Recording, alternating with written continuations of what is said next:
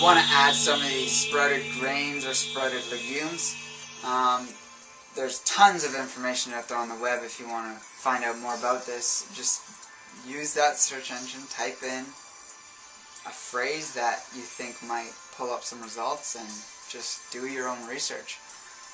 However, I'll just give you a quick rundown on what I do to sprout these legumes. And the Hippocrates Health Institute has a very simplified way of thinking about this.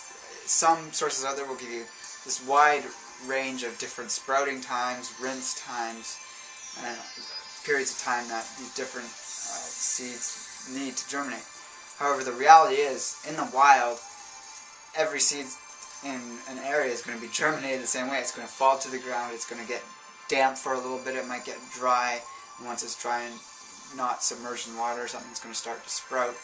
And it has periods of getting damp and not damp again, and it's going to sprout and grow a plant, hopefully.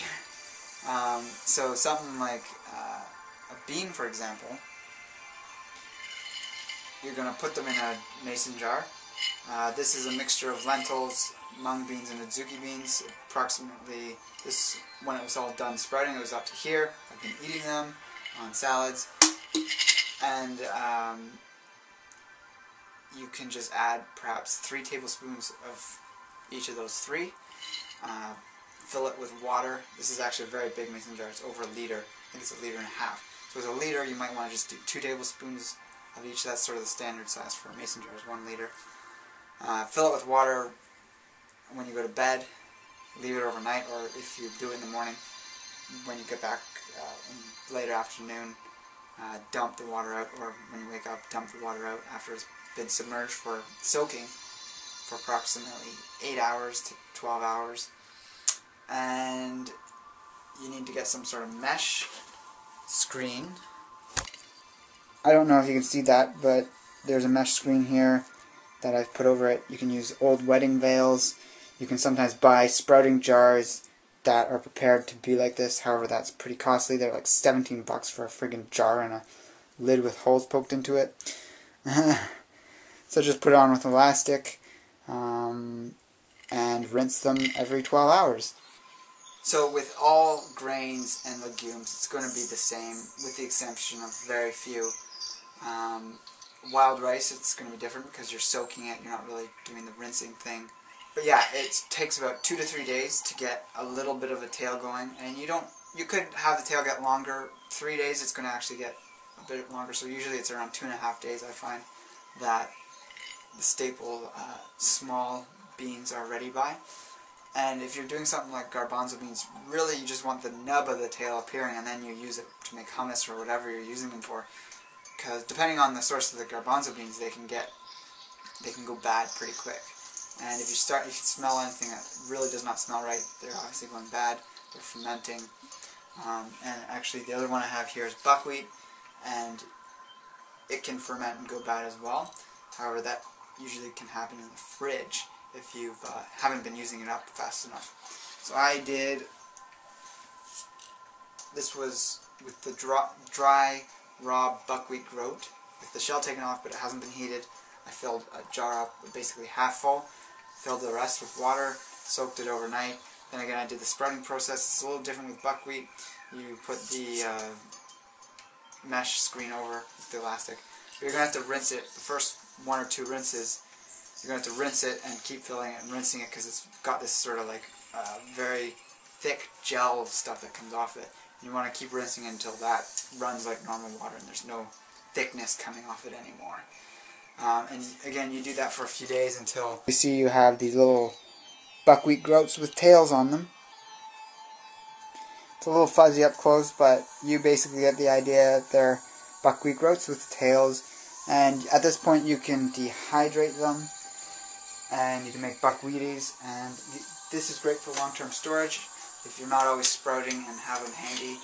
Although the fresh groats like this are ideal because they're a little more lively, they have more electromagnetic life force available in them. That diminishes when you dehydrate it. It doesn't get rid of it completely, but it does diminish. So if you dehydrate it, you can keep making tons and tons of it, keep dehydrating, you can get like big buckets going, and that is just a way to have it on hand so that you have success on this no simple sugar plan.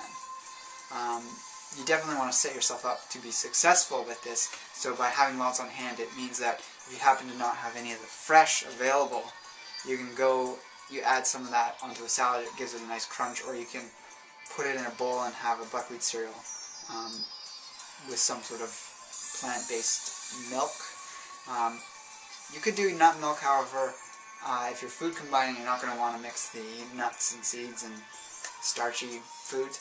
So you can add an oat milk, which is perhaps the type of milk that tastes the most like regular dairy milk that I've ever come across in the world of raw food. So you can do the same thing. You sprout a grain, oat groat grains that are actually raw. It can actually be hard to find truly raw oat groat grains that haven't been treated. So you soak them. You don't necessarily have to sprout them. If you just soak them overnight, then you can rinse off the soak water, put them in a blender with the same type of ratio of water to plant material as you would to make a nut milk. Perhaps that's 1 to 3, 1 part oats to 3 parts water. Some people do 1 to 5 part ratio. It doesn't really matter. You just have more water in there than the actual material. You blend it up for a while, then you put it through a nut milk bag, and you have the oat milk, and it's actually really delicious. You put that on top of the buckwheat, and that can be one of your meals. You make a really big bowl of it. It reminds you of when you were a kid. You can put cinnamon and stevia, and maybe even xylitol in there. Could perhaps use a little mesquite. That's something I didn't talk about, but mesquite is quite low-glycemic, but it still has a nice sweetness to it. Carob is actually getting a little higher on the glycemic index, and I might say you might want to stay away from that because it's getting into the realm of having the same effect on your blood sugar as a fruit. So again, just for the up close, this is what the adzuki and mung beans look like. They sprout, they grow little tails. I love these guys. Not everyone can tolerate them. However, if you can, use them because they're so good for you. So again, that standard for sprouting beans and grains is 2 to 3 days. You'll get the sense of it yourself because it grows that little tail. You don't want to grow it too long, otherwise it's going to get so long and it's going to start to green up, almost like a salad sprout. If you're doing like red clover, alfalfa sprouts at home, or onion sprouts, daikon radish, etc. You grow those for 7 to 10 days because they start to green up, and you really want the green for the chlorophyll richness and other properties. Sunflower and pea shoots are another examples of green sprouts that get to that point of being greened up. Certain beans and grains you can grow to being the size of a green sprout. However, you're wanting more the complex carbohydrate aspect of it, which is in the grain or bean, as opposed to the green blade of grass or plant material that's going to be higher in protein and not as calorically dense as the kernel of the seed, basically.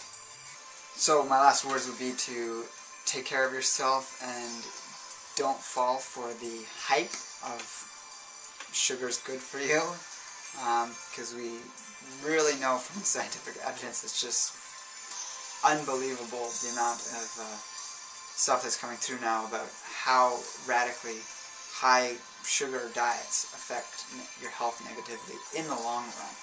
So be wise about this and perhaps think of implementing something like this, and good luck letting go of that sugar addiction that perhaps you have inside you.